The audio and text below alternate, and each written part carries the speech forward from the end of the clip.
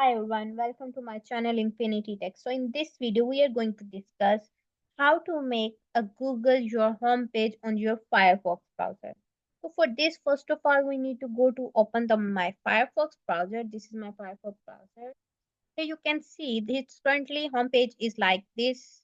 It's default homepage, but I need to convert this into a Chrome, like a Google Chrome. Manage it, and here you can to check when we go to the settings, there is a home button. Click on this home button, and here we have a home page and new window.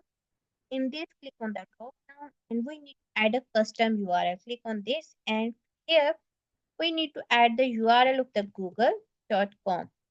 Here you can see I add the complete URL of the Google. So for this, simply you need to close this browser and again open to get the result. Close this. And now we are going to again open my Firefox browser, and here you can see its default browser is the Google now. So by using this simple step, you can easily change the home page of your Firefox. Get more informative videos like this, just follow my